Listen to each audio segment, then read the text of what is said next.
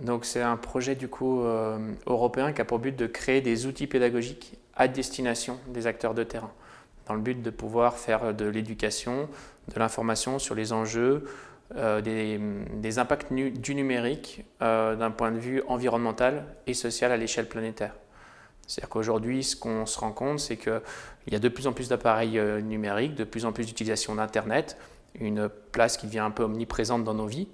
Et derrière, tout ça, en fait, n'est pas dématérialisé, contrairement à une idée préconçue qu'on peut avoir d'aspect virtuel et puis désancré de la réalité. Et en fait, derrière, en amont, il y a une production énergétique, il y a des mines dans lesquelles on extrait les matériaux, il y a tout un écosystème industriel très important qui a des impacts de coûts conséquents.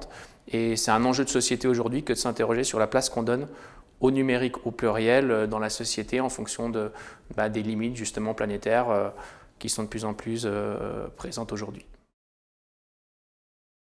Donc du coup, c'est un projet alors, avec 3 associations, une en Belgique, une en Italie, une en France. Notre but, c'est de travailler avec des spécialistes des domaines scientifiques en question, donc des domaines énergétiques, des domaines des matériaux, domaines aussi sociaux vis-à-vis des conditions de fabrication pour les personnes qui utilisent nos appareils, de nous en fait récupérer ces informations-là en travaillant avec eux et puis ensuite de développer des productions pédagogiques qu'on fera tester avec des collèges dans les 3 pays. Pour qu'on puisse voir justement comment notre travail trouve du répondant vis-à-vis des élèves.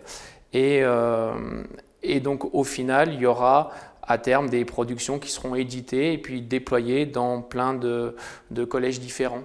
Donc avec une version concrète matérielle et puis une version en ligne accessible à tout le monde. Tout ce qu'on fait, on le développe en Creative Commons de manière à ce que ça puisse être réemployé par tous ceux qui le souhaiteront derrière. Voilà, ça à l'horizon de 2021, juillet 2021, c'est la fin du projet. Donc à ce moment-là, les productions seront abouties et disponibles.